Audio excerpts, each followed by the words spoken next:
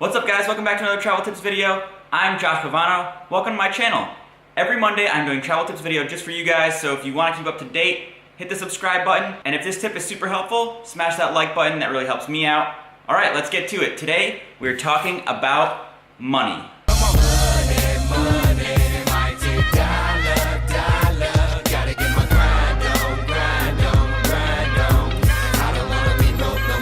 We're talking about cash, we're talking about debit card, we're talking about ATMs, we're talking about credit cards. Let's get into it. First, let's talk cash. You don't really want to bring too much money. $200 usually does the trick. It's just for emergencies only.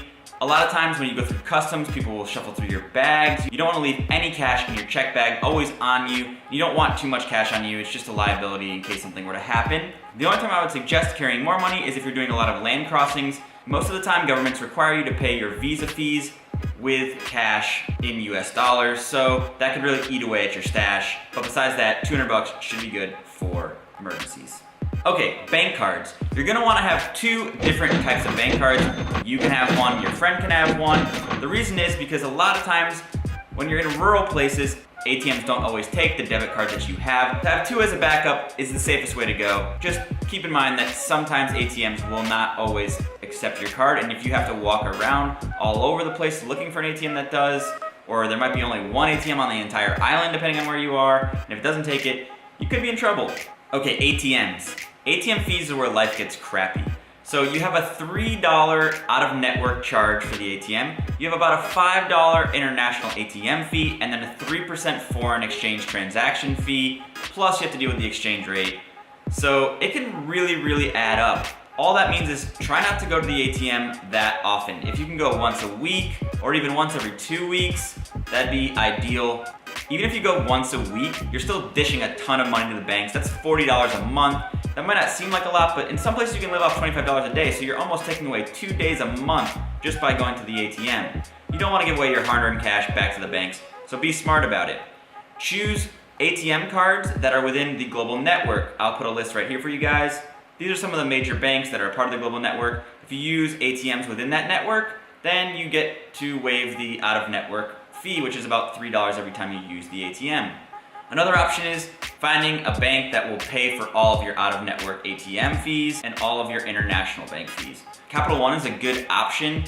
Whatever you want to do. They don't charge out-of-network fees, but maybe there's a bank near you. Maybe you can strike a deal with a local bank. But make sure you're aware that every time you use the ATM, it could be costing you upwards of $10 to $15, $10 to $12, depending on how much you're taking out, and depending on how rural your ATM is. Another quick tip about ATMs, you don't really want to go to the ATMs at 7-Eleven or at hotels. You really want to try to find bank ATMs that are closer to the banks, or find the ATMs that are in your network. The more convenient the ATM is, usually the more likely you're going to be charged a ton of fees. So be aware of that as you are searching for your ATMs. Okay, credit cards are king. I love using a credit card because I like getting points. But it's important to know that you still are receiving that 3% exchange fee because you're using it internationally. So you might want to use credit cards that waive that fee, like Capital One, American Express travel cards, Barclays Arrivals. You might be able to find some. I'll put a list right here for you guys. You might be able to find some that work best for you, or you might already be a part of one of these things, but make sure that you know what your credit card is charging you. Now, it is better for you to use your credit card at a store or a restaurant rather than your debit card, because you actually will probably get better exchange rates using your credit card rather than your bank card. But that's something also you might want to check into, specific to your bank and your credit card. A few bonus tips when it comes to money.